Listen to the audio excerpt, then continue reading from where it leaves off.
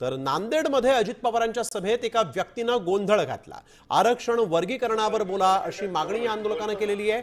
अजित पवार यांची आज कंधारमध्ये सभा होती आणि यावेळेस घोषणाबाजी करण्यात आल्यानं गोंधळ घालणाऱ्याला ताब्यात घेण्यात आलं।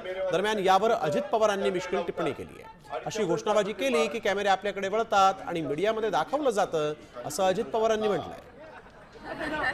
हे आरक्षण आम्ही इतरांच्या आरक्षणाला धक्का न लागता राहिलेल्यांना पण मध्येच कुठं चाललंय काय कुणाची सुपारी घेऊन आलं काय कुणाला माहिती बोलतो ना। यामध्ये मला आपल्याला सांगायचंय त्यांना सगळ्यांना माहिती आहे की आपण तसं बोललो की एक कॅमेरेवाले सगळे तिथं कॅमेरे लावतात आणि तेवढंच दाखवतील महाराष्ट्रात। अजित पवारांच्या सभेमध्ये असं एकाने गोंधळ घातला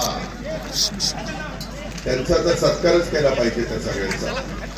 मित्रांनो मी आपल्याला सगळ्यांना सांगेन हे आरक्षण आम्ही इतरांच्या आरक्षणाला धक्का न लागता राहिलेल्यांना पण आरक्षण कायद्याच्या नियमाच्या चौकटीमध्ये राहून देण्याच्या संदर्भामध्ये आमचं काम चाललेलं। देश विदेशातील प्रत्येक घडामोडींचे लाईव्ह अपडेट मिळवण्यासाठी आता साम टीव्हीच्या सर्व सोशल मीडिया प्लॅटफॉर्मला लाईक, फॉलो आणि सबस्क्राईब करा। तसंच सर्व नोटिफिकेशनसाठी बेल आयकॉन प्रेस करायला विसरू नका।